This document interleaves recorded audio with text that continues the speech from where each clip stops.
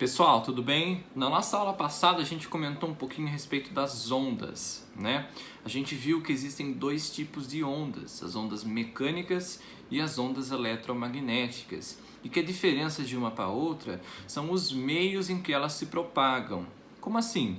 A onda mecânica lembra que ela precisa de um meio para se propagar, senão ela não se propaga. Como assim um meio? Por exemplo, o ar, o líquido, alguma coisa sólida. Se não houver um meio para ela se propagar, alguma forma dela se locomover no espaço, ela não se propaga e a gente não consegue ouvir nada.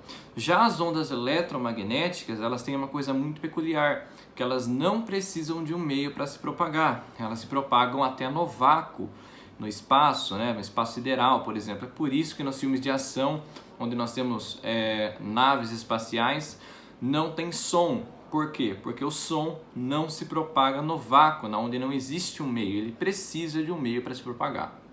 Bom, visto isso, a gente viu também lá na página 52, acompanha comigo com a apostila aí para a gente não se perder. Na página 52, a gente viu que as ondas eletromagnéticas, elas possuem frequências que são medidas em Hertz. Vocês podem ver lá, vai até do 10 Hz até o 10 elevado a 26 Hz. Na onde que eu estou vendo isso? Nesse gráficozinho aqui, ó, tá? Vem até da onda com 10 Hz, que são as frequências mais baixas de ondas eletromagnéticas, que são as ondas de antenas, as ondas de linhas de transmissão, e vão até as ondas com a frequência mais alta, tá bom? Que são as ondas até 10 a 26 Hz, que são, por exemplo, os raios X ou raio gama.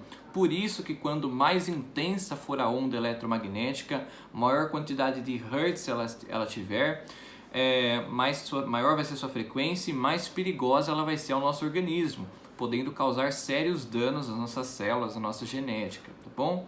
É por isso que quem faz raio-x, os radiologistas, eles têm que ficar por trás daquela parede de chumbo, porque o raio-x ele tem uma alta frequência e essa frequência pode ser nociva para quem fica aí durante muito tempo exposto a isso, tá bom? Bom, nessa página 52 também vocês fizeram alguns exercícios que eu pedi para vocês fazerem. Eram exercícios mais opinativos, facultativos, mais a sua opinião, tá ok? Agora a gente vai entrar um pouquinho mais a fundo nas ondas mecânicas, tá bom, gente? Podem ir lá para a página 54, que a gente vai entrar nas ondas mecânicas. E um exemplo de onda mecânica é o som, tá? Ondas que precisam de um meio para se propagar. Lembrem-se disso, tá ok? Bom, nessa página 54, a gente tem aqui o nosso ouvido, tá, gente? O nosso ouvido. Nós temos o nosso ouvido externo, que temos a orelha, né? A orelha, na verdade, é só essa parte externa aqui, gente, tá? A orelha não é lá dentro, é o ouvido, tá? Faz parte do nosso ouvido externo a nossa orelha. Depois tem o ouvido médio, onde tem algumas partes muito importantes aqui, como alguns ossos e tal. E temos aqui o ouvido, né? O ouvido é bom, né? O ouvido interno, tá? Esse é o nosso aparelho aditivo. É por ele que nós conseguimos ouvir as ondas mecânicas, o som, tá? Sem ele a gente não iria conseguir ouvir, tá bom, gente? Vamos acompanhar lá na página 54 comigo então, ó. Nossos ouvidos são verdadeiras máquinas de captação dos sons. Já pensou que ouvimos o som de um avião que está a centenas de metros ou até quilômetros de distância? Como será que esse fenômeno acontece? Bom, pode virar aí, gente. Os meios de comunicação e as informações ficam muito mais claras quando entendemos a aplicação das ondas sonoras. Imagine um filme sem sons ou efeitos sonoros. Será que teria o mesmo efeito? Será que a mensagem seria transmitida de forma satisfatória? A gente sabe que é muito difícil você assistir alguma coisa sem som, é até chato, né, ver um vídeo sem som. Por quê? Porque o nosso cérebro ele funciona da seguinte maneira: quanto maior é o estímulo que ele recebe, mais fácil fica a nossa interpretação, o nosso entendimento a respeito daquilo que nós estamos vendo. Então não basta ser apenas um estímulo visual, o ideal é um estímulo audiovisual. É isso que vocês estão tendo nesse momento assistindo esse vídeo. Vocês estão tendo um estímulo audiovisual. Estão me vendo e estão me ouvindo. Isso faz com que a compreensão seja mais aceita, seja mais sugestiva para o seu cérebro, tá? Isso é o ideal. As nossas clássicas TVs, as estações de rádio e as novas plataformas de mídia, como podcast, Spotify, iTunes, Deezer, YouTube, entre outros, não existiriam se não ouvíssemos, não é mesmo? É claro, né? E aí, gente, esse QR Code aqui é muito legal, eu quero que vocês experimentem ele, tá? É só apontar a câmera pro celular aqui. É bem bacana, porque esse QR Code ele vai mostrar para vocês, vai direcionar vocês a um vídeo onde mostra como são feitos efeitos sonoros dentro de um filme. É muito legal, porque muitas pessoas acham, o efeito de chuva, o som da chuva, né? Aquele filme chuva que tá chovendo, o som da chuva, na verdade, os relâmpagos, trovões ali, não são muitas vezes feitos na realidade, não tem um microfone aponta para um relâmpago e pega o som, não. Esses sons são realizados em laboratórios, são feitos dentro de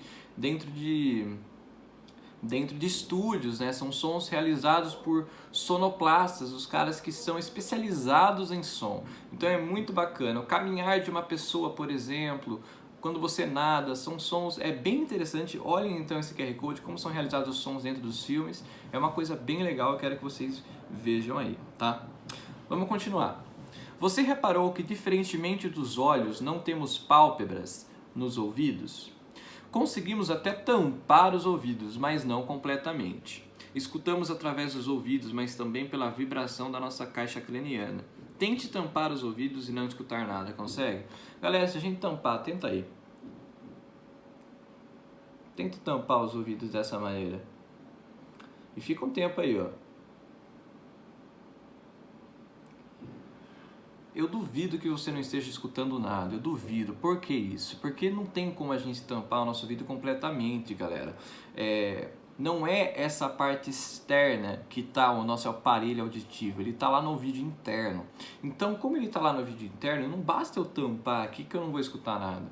Lá no ouvido interno, ele vai pegar as captações, por exemplo, da vibração da nossa caixa craniana, da nossa boca, do nosso maxilar. Ele capta também a nossa circulação sanguínea. Então, não tem como nós tamparmos o nosso ouvido completamente, tá? Eu acho que vocês estão vendo aqui o meu gato. Ei, que legal. Ele veio participar da videoaula. Aí. Uma coisa interessante. A gente viu que... não quero ficar aqui. A gente viu que o nosso aparelho auditivo ele capta algumas ondas sonoras com taxas de hertz. Os animais domésticos, como o cachorro e o gato, eles têm um intervalo muito maior dessas ondas, então eles conseguem captar o som muito mais facilmente. Por isso que um cachorro escuta você chegando lá do outro lado do quarteirão, porque eles têm uma ampla captação de ondas sonoras, tá? A gente consegue captar uma certa frequência, eles captam uma frequência maior. Isso é muito interessante para eles. Bom, vamos lá. Onde paramos? Aqui. Já estudamos que as ondas sonoras viajam pelo espaço na forma de vibração, tá? E isso é verdade. As ondas elas viajam na forma de vibração. Quanto maior for a sua intensidade de onda, maior será o seu volume. Quanto menor for a intensidade de onda, menor será o seu volume, tá? Movimentam o ar. Tem que movimentar o ar. Lembra que a onda mecânica tem que passar pelo ar para a gente conseguir ouvir, senão a gente não ouve. Bom? Movimentam o ar, chegam à orelha externa, passando pela orelha média e são transformadas em sinais elétricos, chegam até o cérebro e então são interpretadas por ele. Dessa forma, conseguimos compreender os diferentes tipos de som que ouvimos. Então, gente, o nosso aparelho auditivo nada mais faz do que ele transforma essas ondas mecânicas em impulsos elétricos. Se não transformasse em impulsos elétricos, o nosso cérebro não iria conseguir interpretar isso. O nosso cérebro interpreta sinais elétricos, né? Ele não interpreta as ondas mecânicas. Não adianta uma onda mecânica chegar e bater no nosso cérebro não vai perceber nada. Tem que ser transformado em impulso elétrico. Então uma pessoa, por exemplo, que tem surdez, né? Uma pessoa surda, é óbvio que tem vários tipos de surdez e diferentes formas de se adquirir a surdez ou já nascer com ela. Mas basicamente essa pessoa, muito provavelmente ela tem essa dificuldade. Ela capta as ondas sonoras, mecânicas, só que na hora de transformar em impulso elétrico, essas ondas não são transformadas em impulsos elétricos, então não chegam ao cérebro direito. Basicamente é isso, tá? Então vamos lá. O ouvido humano é capaz de perceber ondas mecânicas que vibram na frequência de 20 a 20 mil Hz. A gente percebe essa faixa de 20 a 20 mil Hz. Dentro disso, ondas com 10 Hz e ondas com 30 mil Hz, nós não conseguimos ouvir, tá? Por exemplo, o ultrassom. Por que fala que é ultrassom? Porque o ultra é maior que 20 mil Hz. O ultrassom chega a ter 100 mil Hz. Ultrassom passa do 20 mil Hz, nós não conseguimos ouvir. Por isso, quando você vai fazer um ultrassom, você não escuta nada. Mas, na verdade, está sendo emitida ondas mecânicas ali. Ondas de som, ondas de ultrassom. Só que você não escuta porque não está naquela faixa que o ser humano consegue escutar, que é de 20 a 20 mil Hz. Está com 100 mil Hz. Só que animais domésticos, por exemplo, eles escutam. Então, se você for fazer um ultrassom em um cachorro, ele vai escutar um barulho, que é o barulho do ultrassom. Tá, gente? Legal, então aqui vocês entenderam que as ondas mecânicas, elas também, iguais às ondas eletromagnéticas, elas têm aquelas faixas de frequência que alguns animais escutam de uma maneira, o ser humano, por exemplo, escuta de 20 a 20 mil, o cachorro tem uma amplitude maior. Então, essas ondas mecânicas viajam pelo espaço, pelo ar ou pela água, como as ondas do mar, ou pelo sólido, quando você bate na porta para chamar alguém, né? Bate aquela vibração, se espalha pelo material, então precisam de um meio para se propagar, tá bom? Vira a página, na página 56. Quando pensamos em intensidade e frequência, podemos considerar que os sons altos, os chamados de agudos, possuem uma frequência maior que os sons graves, os sons baixos. Gente, isso é verdade. O que faz um som ser agudo? A sua frequência. Quanto maior for a sua frequência, mais agudo vai ser esse som. Agora, se for uma onda bem com frequência baixa, esse som se torna grave, tá? Então, e aí entra, né, os instrumentos, o violino, a viola, o violoncelo, né? Que são instrumentos que mudam a sua frequência, a sua intensidade de onda, para ter esses sons agudos e sons graves, tá bom? Essa inclusão escolar a gente não... vou pular essa parte, a gente não precisa ver. Tá bom, galera? Vamos continuar ali na página 57. Agora pense em como os deficientes auditivos, os surdos, sentem as ondas sonoras ou mecânicas. Eles as ouvem? Será que sentem alguma vibração? Ou será que não percebem nada? Como eu disse, existem vários tipos de surdez, vários tipos de deficiência auditiva, então vai depender, tá, gente? Tem surdos, por exemplo, que não sentem vibração nenhuma, e tem alguns que sentem. Tem uns que são surdos só... sou surdo de um ouvido, eu perdi 60% da surdez. Perdi 60% da audição em um ouvido, no outro eu tenho 100%. Ou seja, desse ele escuta menos, desse ele escuta mais. E eu vou falar uma coisa pra vocês. Vocês aí, todo mundo tem uma deficiência auditiva em algum dos ouvidos ou nos dois. Não dá pra você saber se você não fizer um teste, mas tem. Ninguém escuta 100% nos dois ouvidos, tá? Então isso é fato, beleza? É óbvio que como a gente já sabe que nós escutamos bem, pelo menos todos que eu conheço de vocês escutam bem, não é uma deficiência grave, né? Mas tem gente que tem deficiências gravíssimas de surdez, tá, gente? Na página 57, olha que legal isso aqui, ó. Ciência e tecnologia. Pela primeira vez, professores com deficiência auditiva tiveram a oportunidade de sentir a vibração de um show de rock no Rock in Rio. Em 2015, o festival fez uma parceria com o Instituto Nacional de Educação de Surdos e contou com a ajuda de uma empresa em Los Angeles, nos Estados Unidos, que ofereceu um equipamento de áudio tátil em formato de uma mochila. Dessa forma, eles conseguiram sentir vibrações das músicas tocadas durante as apresentações. 1. No Rock in Rio, o som é tão alto que uma pessoa sem deficiência auditiva pode ficar com capacidade auditiva reduzida após o show. Você já teve essa experiência? O que sentiu?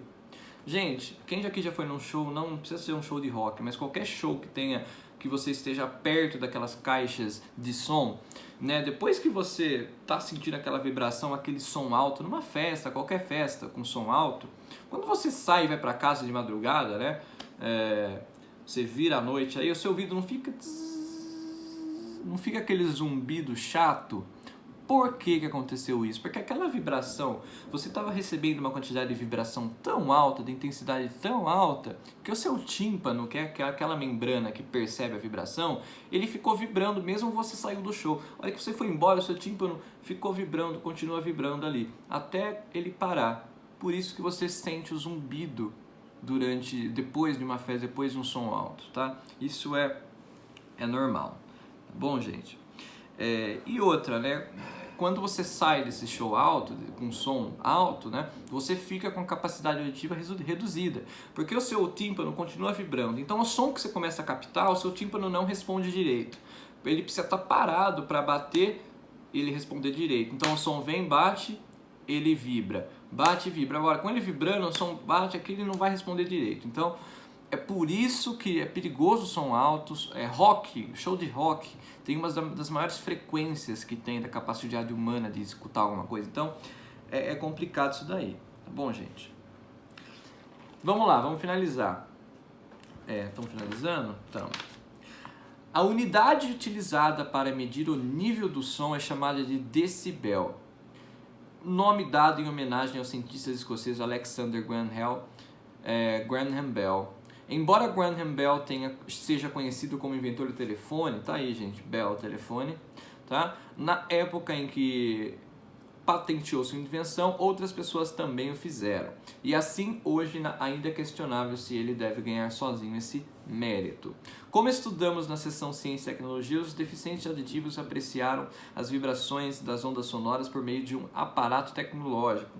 Já as pessoas sem deficiência auditiva precisam ter cuidado para não ficarem muito tempo expostas a som que ultrapassem um nível sonoro de mais de 100 decibéis, tá?